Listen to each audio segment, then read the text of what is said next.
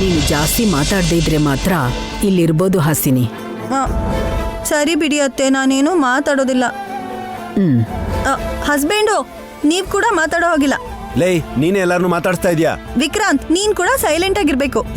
ಸರಿ ಅತ್ಗೆ. ಎಲ್ಲರೂ ಸೈಲೆಂಟ್ ಆಗೇ ಇದಾರ್ ಬಿಡಿ.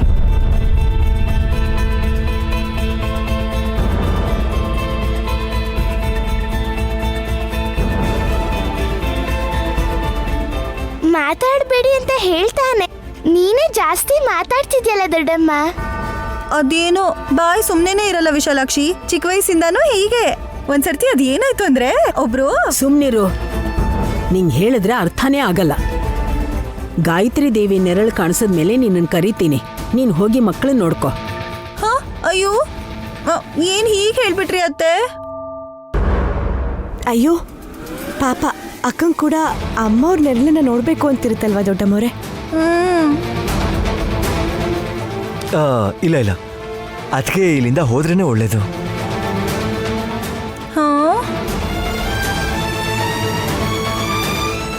ನೋಡಿದ್ಯಾ, ವಿಶಾಲ್ಗೂ ಕೂಡ ಕೋಪ ಬಂತು.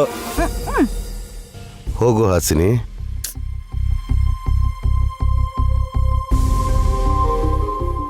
ನಿನ್ನಲ್ಲಿ ಹೋದ್ರೇನೆ ಇಲ್ಲಿ ಕೆಲಸ ಪೂರ್ತಿ ಆಗೋದು. ಸರಿ ಬಿಡಿ, ನಾನು ಹೊರಡ್ತೀನಿ.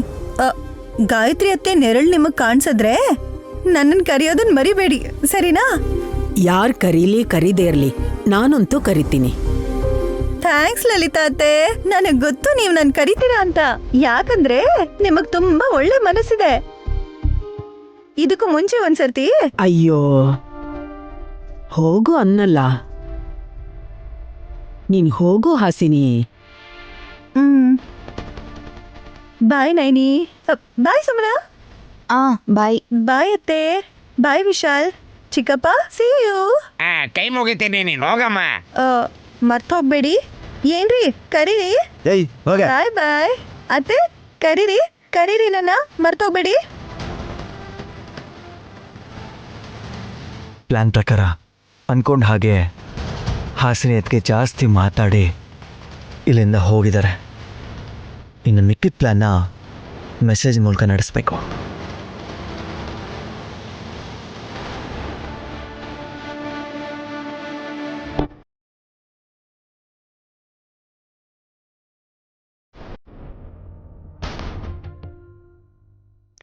ಸ್ವಾಮೀಜಿ, ಅಮ್ಮವ್ರ ನೆರಳು ನಮ್ಗೆ ಯಾವಾಗ ಕಾಣಿಸುತ್ತೆ? ಇನ್ನೊಂದು 2 ನಿಮಿಷದಲ್ಲಿ ಅಮೃತಗಳಿಗೆ ಶುರು ಆಗ್ತಾ ಇದೆ.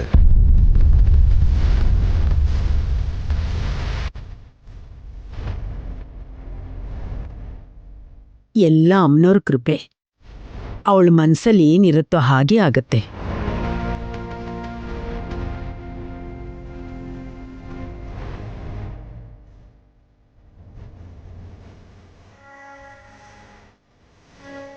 ದೊಡ್ಡಮ್ಮ, ಚಿಕ್ಕ ಸುಳ್ಳು ಸಿಕ್ಕರೆ ಸಾಕು, ಗಾಯತ್ರಿ ದೊಡ್ಡಮ್ಮ ಎಲ್ಲಿದ್ದಾರೆ ಅಂತ ಕಂಡಿಡ್ದ್ಬಿಡ್ತೀನಿ ನಾನು. ನಿನ್ಗ ಸಾಮರ್ಥ್ಯ ಇದೆ ಅಂತ ನನಗೆ ಗೊತ್ತು ವಿಕ್ರಾಂತ್.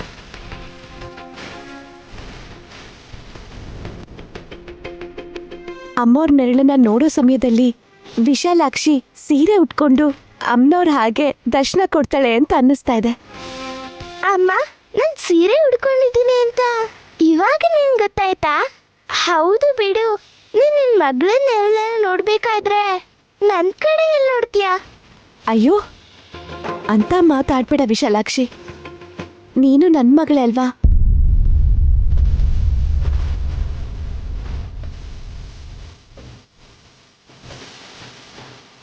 ಸಿ ಗಾಯತ್ರಿ, ಇನ್ ಸ್ವಲ್ಪ ಹೊತ್ತಲ್ಲೇ ನಾವಿಲ್ಲಿಂದ ಹೊರಡಬೇಕು. ಹಾಗೆ ಹೋಗ್ಬೇಕಾದ್ರೆ ಮನೆಯವ್ರ ಕಣ್ಣಿಗೆ ಮಾತ್ರ ಬೀಳ್ಬಾರ್ದು, ಮುಖ್ಯವಾಗಿ ನೀನು.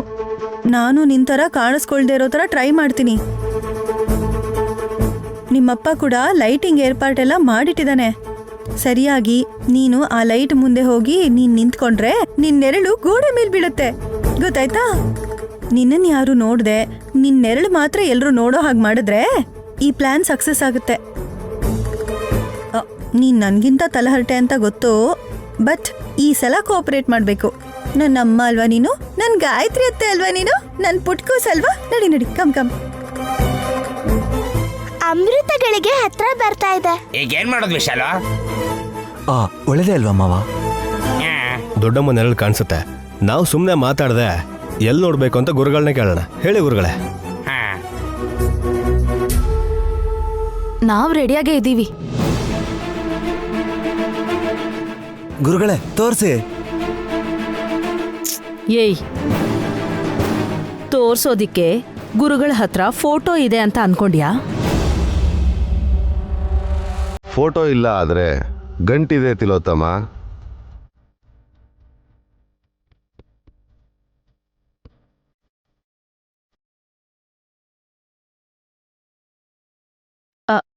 ದೃಷ್ಟಿಗಂಟ. ದೃಷ್ಟಿ ಅಂದ್ರೆ ವಿಕೃತಿ ನಾಮ. ಪ್ರಕೃತಿ ನಾಮದಲ್ಲಿ ಅದಕ್ಕೆ ದೃಷ್ಟಿ ಅಂತಾರೆ. ಸರಿಯಾಗಿ ನೋಡು ಅಂತ ಅರ್ಥ. ಆ ಗಂಟೆನ ಏನ್ ಮಾಡ್ತೀರಾ ಸ್ವಾಮಿ? ಹುಣ್ಣಿಮೆ ಚಂದ್ರನ ತಣ್ಣನೆ ಕಿರಣಗಳು ಅಮೃತ ಗಳಿಗೆಯಲ್ಲಿ ಇದರಲ್ಲಿರೋ ವಸ್ತುಗಳ ಮೇಲೆ ಪ್ರಸರಿಸುತ್ತೆ.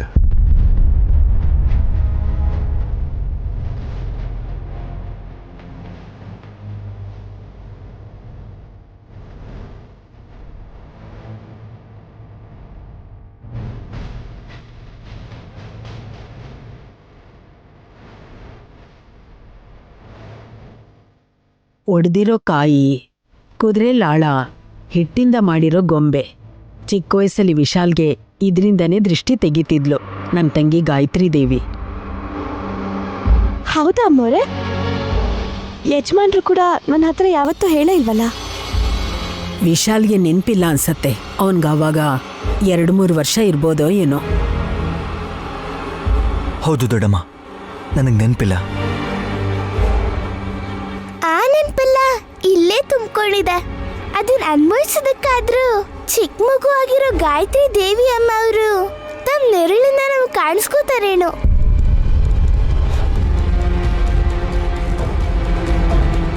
ಅಮೃತಗಳಿಗೆ ಬಂತು. ನೆರಳು ಕಾಣಿಸೋದ್ರಲ್ಲಿದೆ.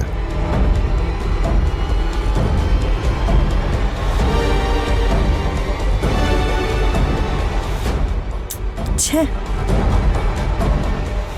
5 minutes ಆ ಕಡೆ ನೋಡು.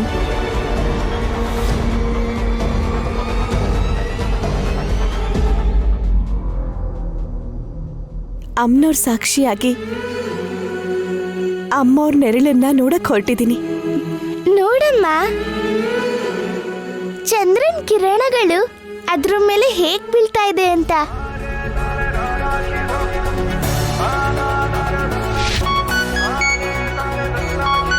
ವಿಶಾಲ್ ಮೆಸೇಜ್.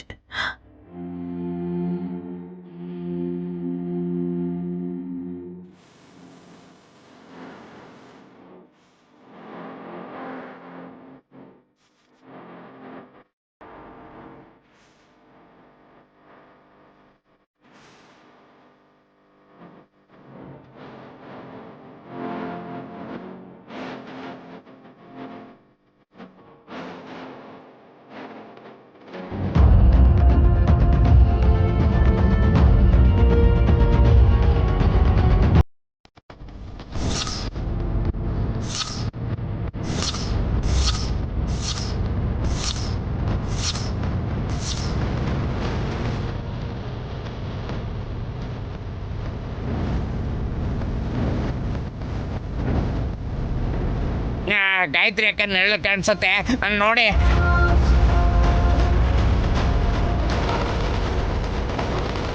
ಮಗುವಾಗಿರೋ ಅವಳ ರೂಪ ನೆರಳಲ್ಲಾದ್ರೂ ಕಂಡ್ರೆ ಸಾಕು, ಅವಳ ಬಗ್ಗೆ ನಾನು ತಿಳ್ಕೊತೀನಿ.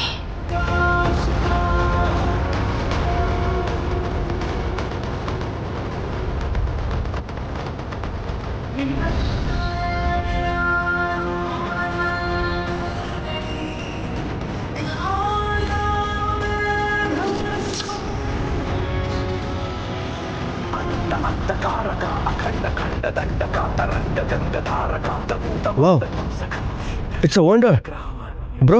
ಅದ್ಕೆ ದೊಡ್ಡಮ್ಮ ನೆರಳಲ್ಲಿ ಹೇಗೆ ಕಾಣಿಸಿದೆ ನೋಡಿ.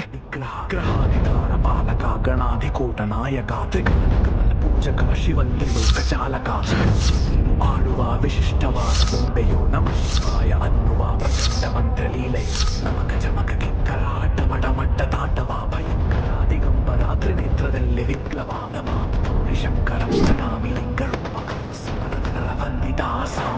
ವೇದಿತ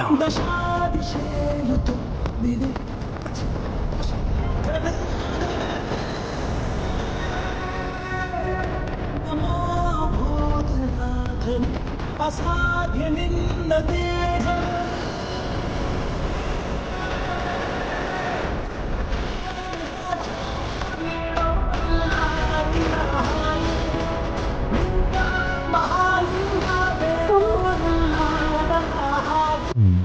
ನೈನಿ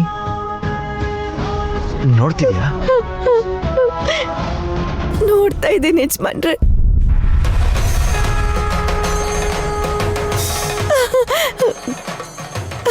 ನೋಡಕ್ಕೆ ರಾಜ್ಕುಮಾರಿ ತರನೇ ಇದ್ದಾಳೆ ನನ್ನ ಮಗಳು.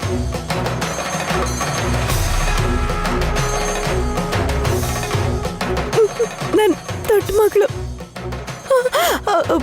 ದೊಡ್ಡಮ್ಮೋರೆ ನೋಡಿ, ಅಲ್ಲಿ ನೋಡಿ. ನೋಡ್ತಾ ಇದ್ದೀನಿ ನೈನಿ.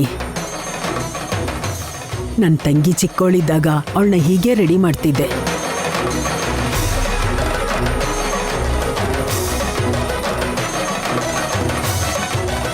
ನನ್ಗಿನ್ನೂ ನೆನಪಿದೆ, ಮುದ್ದು ಮುದ್ದಾಗಿ ಕಾಣೋ ಯುವರಾಣಿ ನೀನು ಅಂತ ಹೇಳ್ತಾ ಇದ್ದೆ.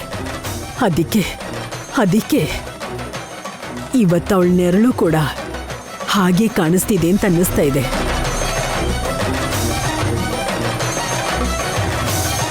ಏನ್ ಮಾಮ್?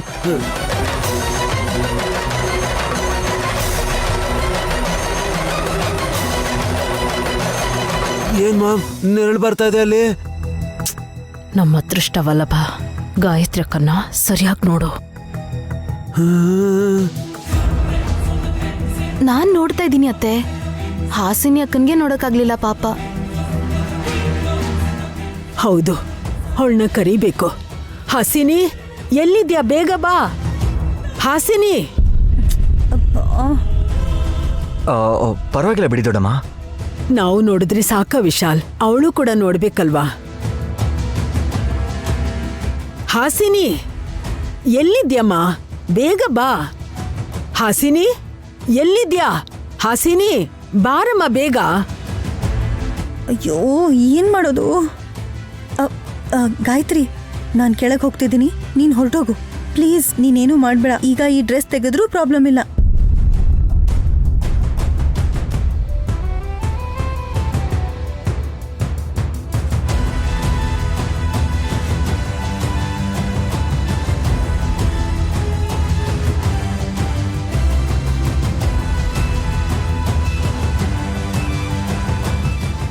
ಬರ್ತಿದ್ದೀನಿ ಅತ್ತೆ, ಬರ್ತಾ ಇದ್ದೀನಿ. ಸರ್ಕೊಳ್ಳಿ.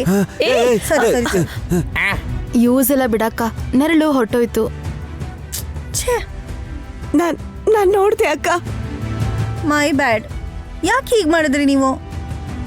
ಯೋಚನೆ ಮಾಡಬೇಡ ಹಾಸಿನಿ. ಗಾಯತ್ರಿ ಯುವರಾಣಿ ವೇಷದಲ್ಲಿದ್ಲು,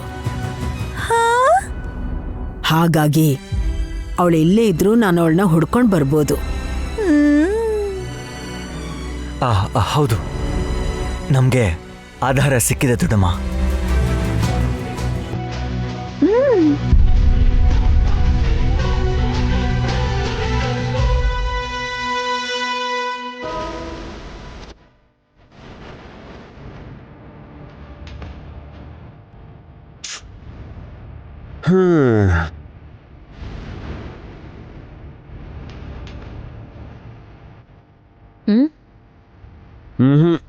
ತಗೋ.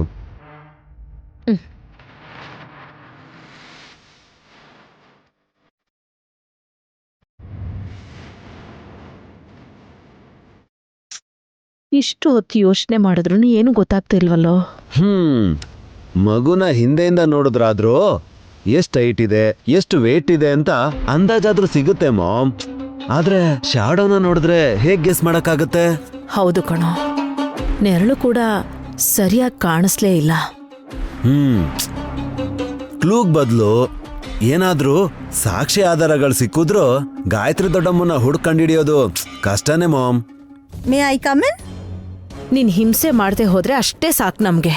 Okay, see you. Good night. Hey ನಿಂತ್ಕೊಳೆ.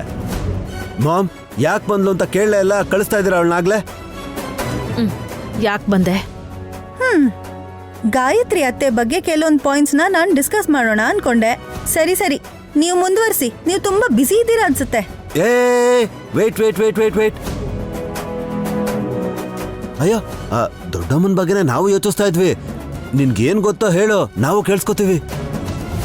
ಅದೃಷ್ಟ ಇರೋದಕ್ಕೆ ನೀವು ಇವತ್ತು ದೊಡ್ಡತ್ತೆ ನೆರಳನ್ನ ನೋಡೋದಕ್ಕಾಯ್ತು. ನಾನು ನೋಡೋಣ ಅಂತ ಬರೋ ಅಷ್ಟರಲ್ಲಿ ಆ ಅದೃಷ್ಟ ಮಾಯ ಆಗೋಯ್ತು. ಈ ವಿಷಯದಲ್ಲಿ ನಾನು ತುಂಬಾ ದುರಾದೃಷ್ಟವಂತೆ. ಆದ್ರೆ ಮನೆಯವ್ರು ಹೇಳಿದ ಮಾತೆಲ್ಲ ಕೇಳಿಸ್ಕೊಂಡ್ಮೇಲೆ ಗಾಯತ್ರಿ ಅತ್ತೆನ ಹುಡುಕಿ ಕರ್ಕೊಂಡ್ ಬರೋದು ತುಂಬಾ ಈಸಿ ಅಂತ ಅರ್ಥ ಆಯ್ತು ಅತ್ತೆ. ಹೇಗೆ? ಯುವರಾಣಿ ಥರ ಇದಾರೆ ಅಂದ್ರಲ್ವಾ? ಆ ಥರ ಬಟ್ಟೆ ಹಾಕೊಂಡಿರ್ಬೋದು. ಅಂದ್ರೆ ಗೋಶಾಲೆ ಹತ್ರ ಹುಡುಕಿದ್ರೆ ಅವರು ಸಿಗ್ತಾರೆ ಅಲ್ವಾ? ಮಾಮ್, ಹಸು ಸಗಣಿ ಹಾಕೋ ಕಡೆ ದೊಡ್ಡಮ್ಮ ಇರ್ತಾರ? ಬೇಸ್ ನನ್ನ ಹಸ್ಬೆಂಡು ಹಸು ಹಾಲು ಕೊಡೋ ಜಾಗ ಅಂತ ಪಾಸಿಟಿವ್ ಆಗಿ ಯೋಚನೆ ಮಾಡಿ. ಹೀಗ್ ಬುದ್ಧಿ ಇಲ್ದೇನೆ ಇಲ್ಲಿವರೆಗೂ ಏನು ಸಾಧಿಸೋಕೆ ಆಗ್ಲಿಲ್ಲ ನೀವು. ಏಯ್, ಹಾಸಿನಿ, ನೀನು ಹೇಳಿರೋ ಪಾಯಿಂಟ್ ನನಗೆ ಕನೆಕ್ಟ್ ಆಗ್ತಾ ಇದೆ. ಹೇಳಿದ್ನಲ್ಲ ಅತ್ತೆ, ಈಸಿ ಅಂತ. ಎಲ್ರೂ ಏನೋ ರಾಜಸ್ಥಾನ್ ಅವರು, ಗುಜರಾತ್ ಅವರು ಆ ಥರ ಡ್ರೆಸ್ ಹಾಕೋತಾರೆ ಅಂತ, ಆ ಏರಿಯಲ್ಲೇ ಇರಬಹುದು ಅಂತ ಮನ್ಸಿಗೆ ಬಂದಾಗ ಮಾತಾಡ್ಕೋತಿದ್ದಾರೆ. ಈ ಸಿಟಿನಲ್ಲಿ ಗೋಶಾಲೆಗಳು ಅಂದ್ರೆ 50ಕ್ಕಿಂತ ಜಾಸ್ತಿ ಇದೆ. ಹುಡ್ಕೋದಕ್ಕೆ ಕಷ್ಟ ಆಗಲ್ವಾ? 50 ಗೋಶಾಲೆಯಲ್ಲಿ ಸುಮಾರು 1000 ಹಸುಗಳಿರ್ಬೋದು ಅಂತ ಅನ್ಕೊಳ್ಳೋಣ. ಚಿಕ್ಕ ಮಗು ಆಗಿರೋ ಅಂತ ಗಾಯತ್ರಿ ಅತ್ತೆ ಕರುಗಳ ಹತ್ರನೇ ಇರ್ತಾರೆ. ಹೌದು, ಹಸು ಕರು ಅಂದ್ರೆ ಗಾಯತ್ರಿಕ್ಕನ್ಗೆ ತುಂಬಾನೇ ಇಷ್ಟ. ನೋಡಿದ್ರ, ನಾನು ಹೇಳಿದ್ರಿಂದ ನಿಮಗೂ ಎಲ್ಲ ಸುಲಭ ಆಗ್ತಿದೆ ಅಲ್ವಾ? ಗುರ್ತಿಡಿದು ದೊಡ್ಡತ್ತೆನ ಕರ್ಕೊಂಡ್ ಬರಕ್ಕೆ ಎಷ್ಟೊತ್ತು ಹೇಳಿಯತ್ತೆ? ಮಾಮ್, ಈ ವೀಕೆಂಡು ಆ ಕೆಲಸ ಇಟ್ಕೊಳ್ಳೋಣ. ಹೋಗಿ ಹೋಗಿ, ಹಸು ನಿಮ್ಮಿಬ್ರಿಗೂ ಗುಮ್ಮಿ ನಿಮ್ ಮುಖ ಮೂತಿ ಗೊತ್ತಾಗದೆ ಇರೋ ಥರ ಮಾಡಿ ಕಳ್ಸತ್ವೆ. ಏನೂ ಗೊತ್ತಿಲ್ಲ ಅಂತ ಅನ್ಕೊಂಡೆ, ಆದ್ರೆ ತುಂಬಾನೇ ಗೊತ್ತಿದೆ ಹಾಸಿನಿ ನಿನ್ಗೆ. ಥ್ಯಾಂಕ್ಸ್ ಅತ್ತೆ. ನನ್ನ ಹೆಂಡತಿಗೆ ಬುದ್ಧಿ ಬಂದ್ಬಿಟ್ಟಿದೆ ಮಾಮ್. ಮತ್ತೆ ನಾನು ಹೇಳಿದ್ದೀನಿ ಅಂತ ಯಾರಿಗೂ ಹೇಳ್ಬೇಡಿ ಅತ್ತೆ. ನಂಗೆ ಇಷ್ಟೊಂದು ನಾಲೆಜ್ ಬಂತು ಅಂತ ದೃಷ್ಟಿ ಹಾಕೋರೇ ಇದ್ದಾರೆ.